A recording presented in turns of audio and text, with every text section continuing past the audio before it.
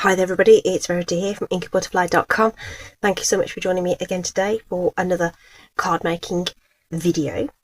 We're going to be using some Last Chance products again today to make a variation of this card. Okay, so one of the bundles I've used loads while it's been around is Paradise Garden. Great sentiments, some nice florals. Love this leaf, really, and this one. So really nice set. The coordinating dies have this great hexagon in there, which also puts in some embossed details. And obviously you can cut out that lovely leaf. And we've also got this huge die because this is a hybrid embossing folder that goes with the set. So all of these are on Last Chance at the moment, so it's worthwhile having a quick check on the website under the Last Chance category. There'll be a category there under the shopping menu, and see what's there, and some stuff will have discounts on it as well. So it's very much and get it while you've got it. It's there, if you know what I mean, because if it sells out it won't be replenished. Okay, so it's a nice set. This is it's really nice and generic. You can use it for the embossing folder is brilliant for guys as well as girls, you know, so really nice set to have in your collection. Okay, and you know I love leaves, right?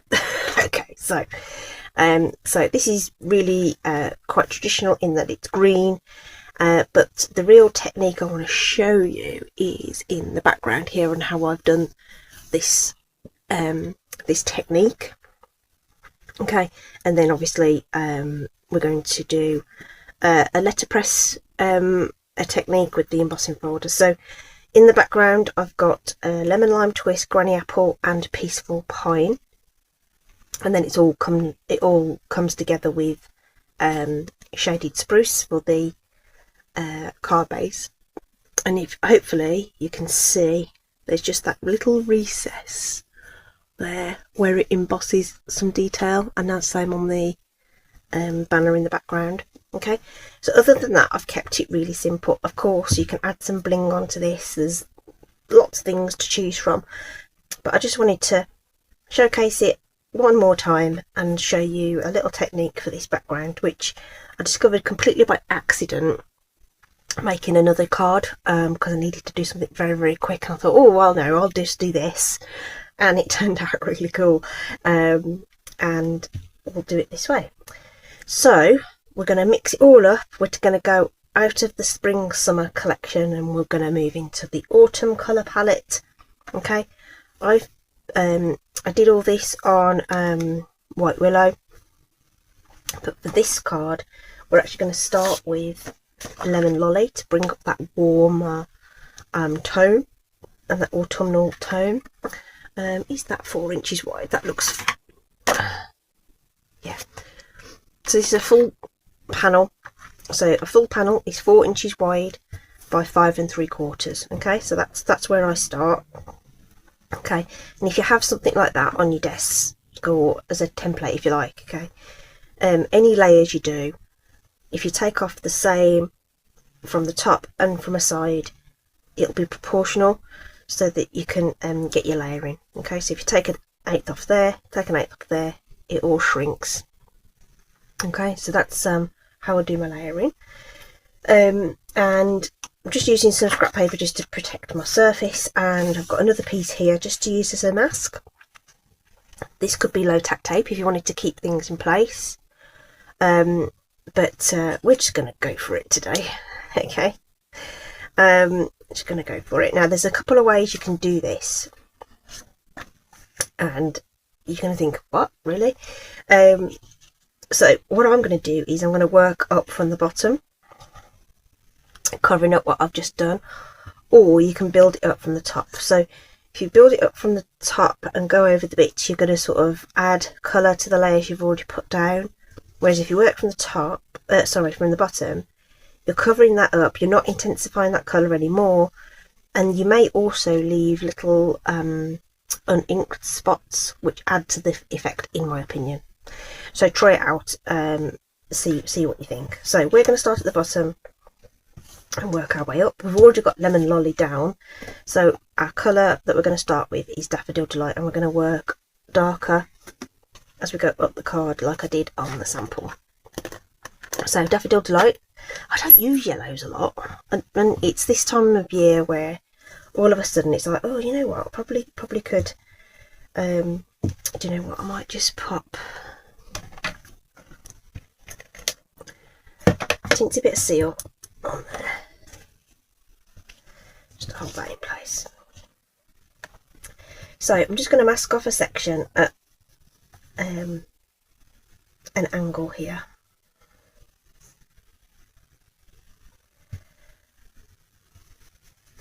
So this is why tape might be a good idea. If you haven't got tape, then a piece of paper will work. But tape will do two things. It will stay in place and hold your paper down. Okay, there we go. So I hope this will be really pale to start off with, but you're going to start getting these lines across your cardstock, and they'll be overlapping and they'll be crisscrossing. You could use the smaller brushes as well, which means you'll get a more defined line. Okay, so that was there, so let's do this one like that. So you can do really weird and wacky angles, get them crisscrossing around. Okay, and obviously it'll show more if you use more ink, so that's another option. Go a little heavier on the ink. So like I say, this will be subtle to start off with, but then we can start with some of the darker colours as we go further up. Okay, we might do another one. We need another one that's going to go right up there, and then of course these will blend into the colours that come. And we've already got that yellow coming through as well, so this just helps it just all sort of fade back. Okay, so this is the kind of effect we're doing. Hopefully you can see that. I feel like that's quite a large section though, so let's just cross section that bit. So you can kind of, there's no such thing as random, is there? Let's face it, right? So we're always looking for patterns, and it's just human nature. So, you know, just make a judgment for yourself as to, in fact, you know, I think that'll be fine for the yellow, I think.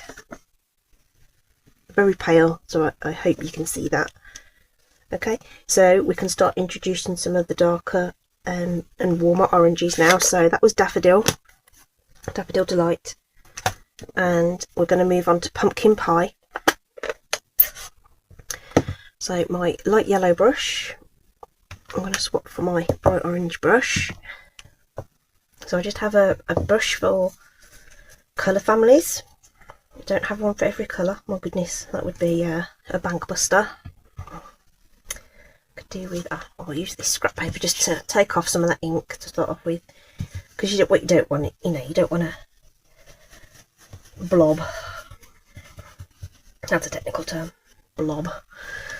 But you know, we're so now that's going to start creating some very dramatic kind of lines across there. Okay, and you can start sort of blending over some of the yellow you've already done.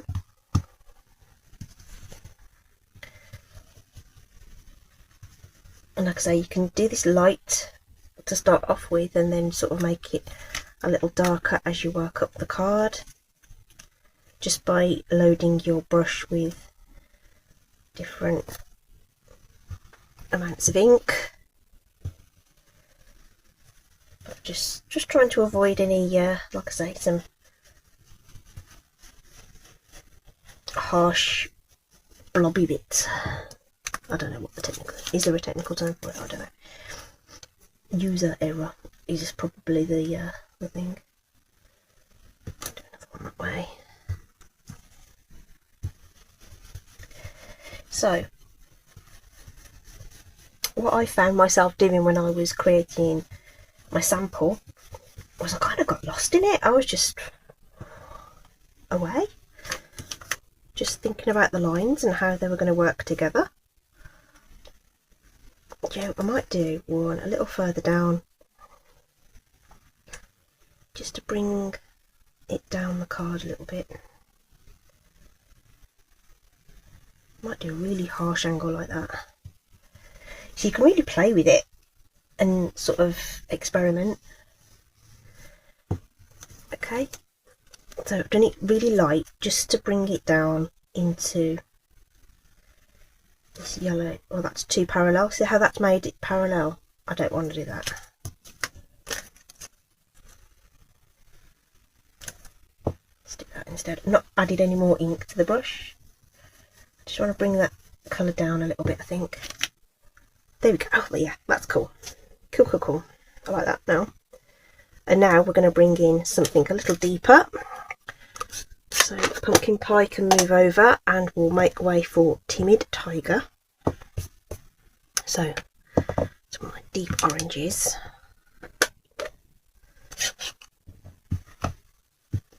So for some colours I've got like a light and a dark. You don't really want to go from soft seafoam to shaded spruce, right? You can scrub off the colour and stuff, but I would rather not risk my very light ink pads. So that's why there's one. I've got one for really light yellow, like for yellow lemon lolly. And then I've got another one that I use for darker colours like crushed curry. So you can build up your collection. The brushes come in sets of 3. So if you started off with 2 sets, there's 6 colours. That's your sort of basic colour families. And it's a really good thing to spend your stamping rewards on over time.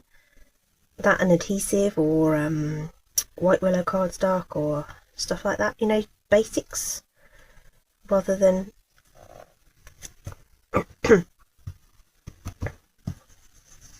using it on anything else. Kind of depends on you really. So stamping rewards are a lovely thing. So if you go across to the website, link is in the description, which will take you straight to the online store. And if you haven't shopped before, that's quite a dark line now, that is. If you haven't shopped before, you can create an account. You can load up your basket, and for every time you order, you get stamping rewards, which you can then use on your next order that you place. Okay, I think the threshold's really low though, to start to qualify for stamping rewards. It might be, I think it might be £20 or £25, something like that. It's not a lot anyway. So everything I've used today is going to be linked, but like I say, at the time of filming this was available. Things move quite fast on Last Chance, so it's worth checking it out. Right, so those lines are quite close together and quite dark. I might drop in another one somewhere further down actually. Something just to blend that through a little bit. Yeah, cool. Right, now I just need to put something in the corners just to offset some of this dark bits. So yeah, so I found myself I just got so absorbed in it to the point that I'm having to remember to tell you what I'm doing. It's really fun. Obviously I've gone with a palette that's sort of tonal, but so the first time I did this I actually did it with a mixture of colours, and it almost looked like a prism effect with the light. Cool, like it. I'm stopping there. I think that's dead cool. I actually quite like this dramatic line. There's a bit of a dramatic one there, so it's a really cool effect. And like, you know, without embossing on it, you know, that looks great as a background anyway. Okay, but if we're going to go one step further with it, okay, and we're going to letterpress over the top of it. So you think, oh goodness, you know, that's going to really kind of detract from it, but I'm hoping it really comes out on camera that you still see that layered, faceted kind of look that we've created even through that embossing, and someone's going to go, oh, that's cool. I hope. Anyway, that's the theory. That is the theory. Right, so that's all done. So letterpress then. So embossing folder then. So embossing folders have an innie and an outie. So we'd lay our cardstock on. So the logo tends to be the top, the bit that presses in, whereas the bottom with the doodah on presses up into the paper. So this is the one that's going to press in those edges. Now this is a 3D embossing folder, so you get a completely different and slightly unexpected when I first did this effect, in that you just get the outline of the image. With other embossing folders, the 2D ones, you'll get like the background will become solid. It's only the outline that you'll get on this one, which I think is also super cool. Okay, right, so that said, then cardstock's going to go here. This is the bit that needs the ink, the one with the Stampin' Up logo on it. Okay, just going to pop that to one side just for a minute, and I'm actually going to bring in Cajun Craze. So it complements the colour palette, but it's not one that's already been used, and it's nice and dark, so it will show through. Okay, this one. So we're just going to swipe some ink across here. I should have some paper underneath this. Hang on. I work on like this is a silicone like worktop protector thing, and it's super cool because it's reasonably heat resistant, as silicone is in kitchens. Yeah, I don't mind if this goes into the background. I just want this to be covered, and then some light tapping. So it's sort of a bit grippy as well, so things don't sort of slide around, things don't clatter about, which is one of the reasons I don't work on a glass mat. It drives me balmy when things clatter about. But the red and pink inks stay in it. So I try and avoid getting those on there. So now we've applied that ink, I've actually gone a bit heavy on this, but it'll be fine. Even if it goes a little bit into the background, I don't mind. Right, so we're just going to line that up. Doesn't probably matter that much as long as it's lined up. And then you're going to fold that, and then you're going to have to keep it into place, so you don't want it slipping and sliding around. It's a 3D embossing folder, so we're going to use our base platform plus our dark grey number 4 plate. So that's ready to go. Okay, so we'll sandwich that, hold it in place, and run that through. Okay, and we're going to get this effect. And like I say, there's a possibility some of that background ink might transfer as well, and that's fine too.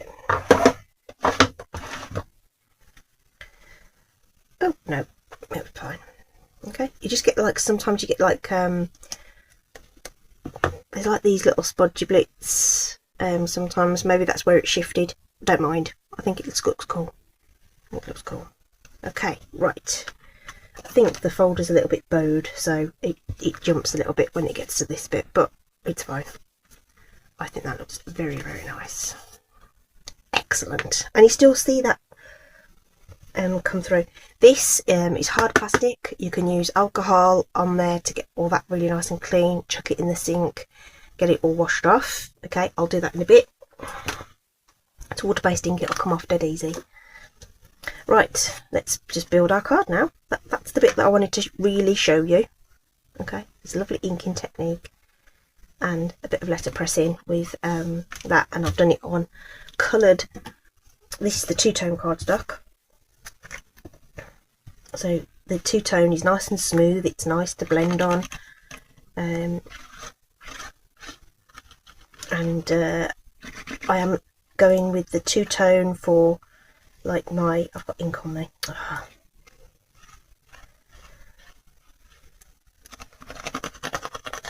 The two-tone, yeah, it's a lighter weight, so I tend to use it for all my layering now. And I save my A4 cardstock for my card bases. So in a colour family pack of card, so Occasion Crazy is a Regal, you could get the Regals set of cardstock. So you'll get 10 colours, 2 sheets of each, which essentially means you've got 4 card bases in every colour ready to go, and that makes it go a lot further. I don't, how many sheets are in a two-tone cardstock pack? I think it might be 20. Let me have a look. I don't know whether it's going to say. So this is the catalogue that's leaving us. This retires what date is it today? Yeah, next week. No, week after. This will, yeah, 31st of August. If this is next week, 31st of August, this dies and goes away, and we get the new one. I'm allowed to show you the front cover of the new one. Look, here's the new one. Christmassy stuff in there. Two-tone cardstock. How many sheets do you get?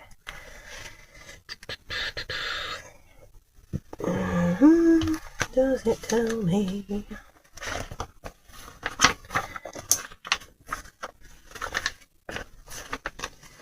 Don't know how many sheets you get. I think it's 20. Is the honest answer.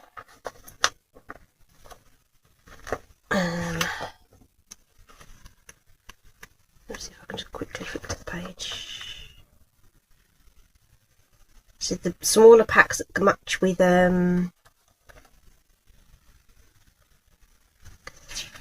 like a bundle or whatever, you get less of them.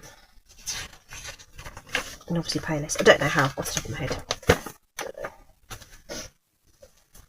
Either way, it's great because even if I tend to just shove mine into 4-inch panels. That's 3 by 2 to get 6 card panels, and then you've got, or you can cut it down differently. So we're going to put on our banner, okay, which we'll have to do wet glue because of all this texture.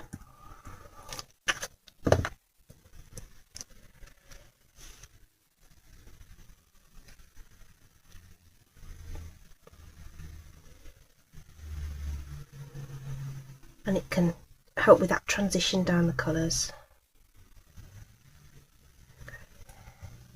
I wanted a bit of the yellow peeking out over the top. Right, this is actually on white. Probably should have been on yellow. We can fix that. Let's bring back our scrap of paper that we were using for this. And we'll bring in our light brush and take off the white on that.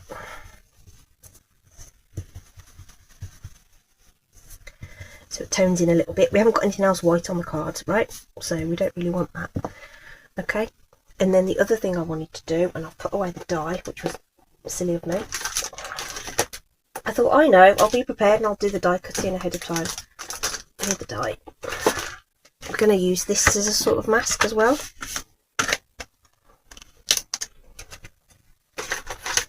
So if you replace the die, and then we'll ink over it with our light orange brush. That's going to mask that edge a little bit. No extra ink added to the brush, just using what was there. But make sure you wipe off the ink off the die. Okay, so now I've got, let me put that somewhere safe.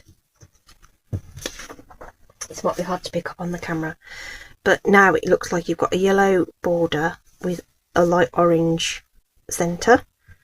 And then we'll bring in our Timid Tiger, which was the darkest colour in the background, to stamp our sentiment, also from the same set. So just eyeball that, get a little loopy doops lined up, and the Wishing You is a straight font, so that looks about right from where I am. You can take a bit more time, and well, that is a bit wonky, but you can stamp over the top without getting your head in front of a mobile phone camera. And then this can go on to a couple of dimensionals, which I'm going to put either side like that, so that it will stick to the banner, not the textured card base. Oh, I feel like I've been on here forever. I hope you've enjoyed this though. So now I've got a quandary because my stamping's not straight. Okay, that'll do. So like I say, you could bling that up if you wanted to. So my springtime one has come into the autumnal tones. Okay, but like I say, it was this lovely ink technique that I wanted to show you, and I hope you'll give it a try. Okay, so as I say, everything's all linked in the description. Get it while you can, and while you're there you can have a look at what else is available and discounted as well, and you'll start collecting your stamping rewards. Okay, that's it for me today. I hope you've enjoyed it. Stay safe, take care, and I'll see you again soon. Bye bye.